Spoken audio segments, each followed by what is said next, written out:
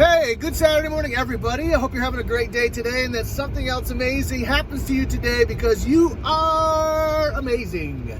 As I drive this morning, I'm heading to the gym, and I've been kind of a slacker at the gym this week. I think I went once for like 15 minutes and then realized, whoa, I got an appointment and left. So I'm getting back at it this morning, going to get a little workout in. I did exercise this week as well. I played volleyball a couple of times this week. But I'm heading back to the gym this morning, and as I drive, I'm thinking about life and how we plan and how we sometimes attack opportunity or just the things that occur in each day, and how there's a difference sometimes between how we attack things. Number one, I'm a big believer in planning and looking at things ahead. Not in every single area, but in a lot of areas, to say, okay, this is my plan, this is what I want to do, kind of that ready, aim, fire. But I'm also a believer that sometimes we have to ready, fire, aim, or just fire, ready, aim, or just go after things sometimes as we go.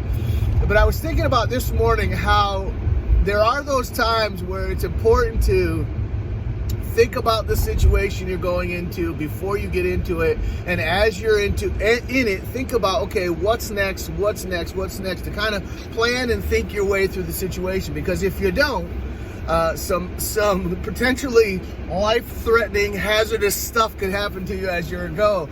And I was thinking about this morning, I was maybe, I don't know, 10, 11, something like that, and we were all at home. I think it was a week. It had to be a Saturday or a Sunday afternoon, or maybe even during the summertime, because my dad was underneath the car working on the car, and we were all home. And so that put 7 kids from the age of, let's say I was 10, and then my oldest sister Dorothy was 15. So 7 kids in the range of 10 to 15 that were at home, and we were all just playing la la la la la, and my dad is under the car working on the car. And so as he's working on the car, we're doing whatever we're doing, and we hear him yelling for my mom, Robin, Robin. And she's in the house. My mom's in the house. I remember she's in the house, and I could hear him calling. And my mom was like, hey, tell him to shut up a minute. I'll be out there in a second. But what we didn't know is while my dad was working on the car, in typical dad fashion, he didn't think too far ahead, didn't put any blocks underneath the car. It was kind of on an incline, and the car rolled off its center and rolled over the top of his legs, and the wheel was resting on his legs. And so he's in a hazardous position now. And so then next thing we know, we realize I'm walking down the walkway out to the garbage can. Mom asked me to take the garbage out, and I see my dad's legs like underneath the car. I was like, Dad's trapped under the car, whoosh. And then that was like, holy cow. So we all rushed out there, and we get in there, and we're trying to push it off, but we're all like basically little kids, and this was in the like early 80s or something. And it had to be 1980 if I was 10. And so the cars were massive and heavy and still made out of metal. And so we couldn't push it off him. He's like, push. So we're all like freaking out, trying to push the car off my dad to no avail, and his legs are just under there. So my dad did not think things all the way through. He tells my mom, he said, all right, Robin, get in the car and drive it off me.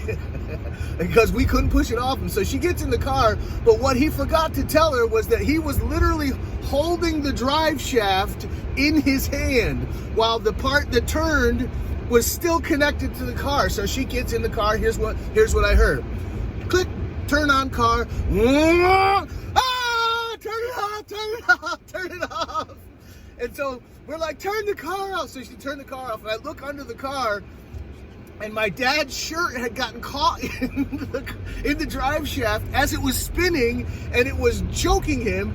And not only that, had the drive shaft dropped out of his hand as it spun and landed on his chest and was just spinning.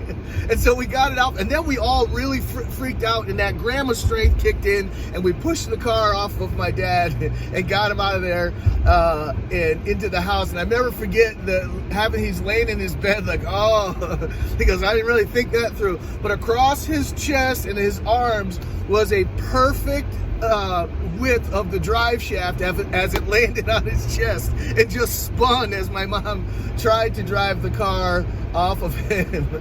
And so that's a perfect example of what could happen to you if you're not thinking your way through, okay, what's next? What am I going to do next? Some wild and potentially hazardous stuff could happen to you. I hope that helps you. I hope that brings a little bit of levity. Sometimes it's good to fire, ready, aim, to ready, aim, fire, and sometimes you have to really think your way through the situation. Get out there today and max out all you do. Peace.